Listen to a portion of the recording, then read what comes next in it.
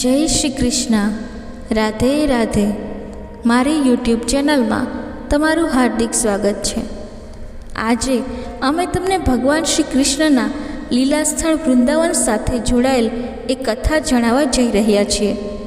આ કથામાં આપણે વૃંદાવનની માટીના ચમત્કારિક કથા વિશે જાણીશું. તો પ્રિય ભક્તો, કથાને છેલ્લે સુધી ધ્યાનથી સાંભળજો અને વિડીયોને લાઈક કરી કમેન્ટમાં જય શ્રી કૃષ્ણ જરૂરથી લખજો, જેથી ભગવાન શ્રી કૃષ્ણની કૃપા આપણા સૌ ઉપર બની રહે. તો ચાલો કથા શરૂ કરીએ. શોભા નામની એક મહિલા, જેની બહેન વૃંદાવનમાં રહેતી હતી. એક દિવસ તે તેને વૃંદાવનમાં મળવા ગઈ. શોભા જે ખૂબ પૈસાવાળી સ્ત્રી હતી, પરંતુ વૃંદાવનમાં રહેતી તેની બહેન કીર્તિ બહુ પૈસાદાર નહોતી, પરંતુ તે દિલથી ખૂબ જ સારી હતી, અથવા તો એમ કહી શકાય કે તે દિલથી ખૂબ જ ધનવાન હતી. તેનો પતિ માટીના વાસણ બનાવવાનું કામ કરતો હતો. શોભા ઘણા વર્ષો પછી તેની બહેનને મળીને ખૂબ ખુશ હતી, પરંતુ તેના પૈસા વિશે થોડું અભિમાન પણ હતું. તે દરેક નાની નાની વસ્તુ પર કીર્તિના ઘરે વસ્તુઓની કમી શોધતી હતી, પરંતુ કીર્તિ તેને કશું કહેતી નહીં, અને માત્ર એટલું જ કહેતી કે ભગવાન બિહારીજીની ઈચ્છા. પરંતુ શોભાએ દરેક બાબતમાં તેને નીચું દેખાડવાનો પ્રયત્ન કર્યો. કીર્તિએ તેની બહેનની મહેમાન ગતિમાં કોઈ કસર છોડી નહીં. તેણે તેની બહેનનું સંપૂર્ણ ધ્યાન રાખ્યું, વૃંદાવનના તમામ મંદિરોના દર્શન કરાવ્યા અને તેના મહિમા વિશે જણાવ્યું. શોભા આ જોઈને ખુશ તો થઈ અને તેણે પણ આ મહિમા સાંભળ્યો, પરંતુ તેને આ વાતોમાં આટલી બધી પરવા ન હતી, એટલે તે ફક્ત દર્શન કરીને પાછી આવી. તે ઘણા સમયથી વૃંદાવનમાં રહેતી હતી. એક દિવસ તેણે તેની બહેનને કહ્યું કે કીર્તિ, તમારા ઘરમાં રહીને ઘણો સમય થઈ ગયો છે. હવે મારે મારા ઘરે જવું જોઈએ. મારા પતિ અને બાળકો ઘરે એકલા છે. મેં તેમને સાસુની સહારે છોડી આવી છું. હવે હું ક્યારેક ફરીથી આવીશ. જ્યારે શોભાએ પાછા જવાનું નક્કી કર્યું, ત્યારે કીર્તિ, જે શોભાની મોટી બહેન હતી, તેણે ભેટમાં તેની નાની બહેનને માટીનો ઘડો આપ્યો.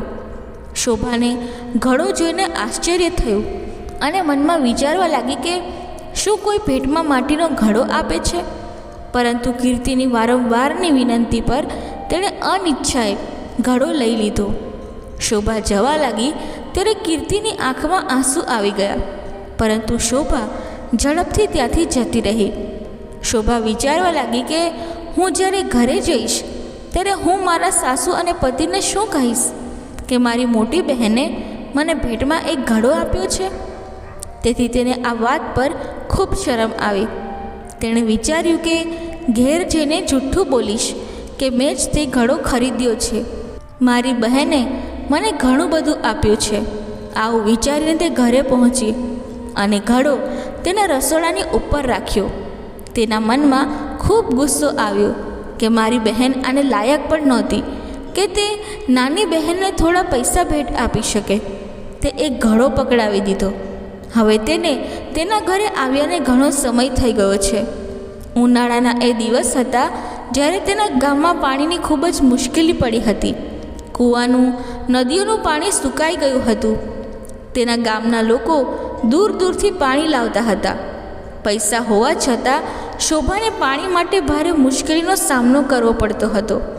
એક દિવસ શોભા દૂર જઈને કૂવા પર પાણી ભરી રહી હતી.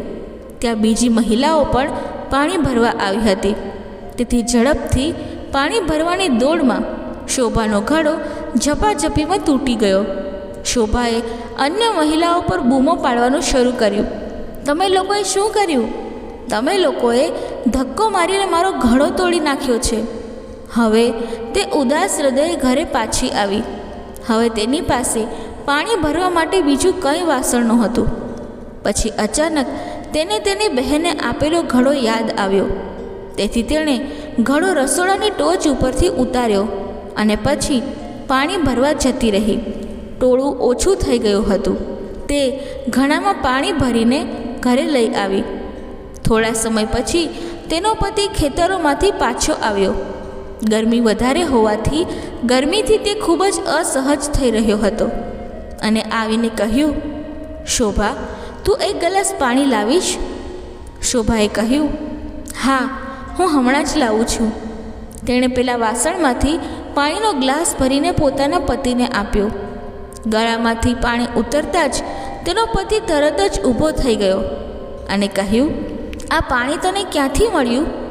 શોભાને ખૂબ જ ડર લાગી રહ્યો હતો કે કદાચ મારી ભૂલ થઈ ગઈ છે. તેણે કહ્યું કે શું થયું? તેના પતિએ કહ્યું કે આ પાણી નથી, અમૃત લાગે છે.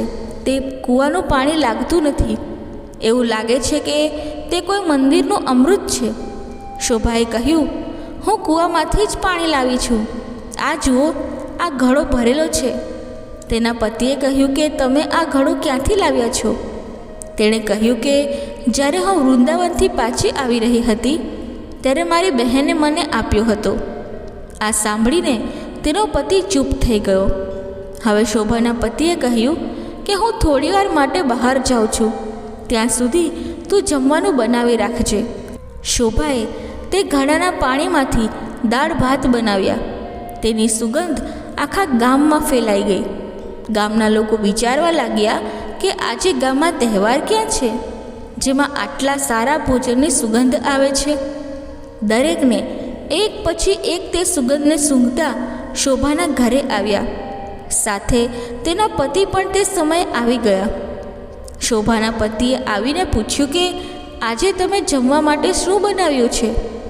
શોભાએ કહ્યું કે મેં તો દાળ અને ભાત બનાવ્યા છે.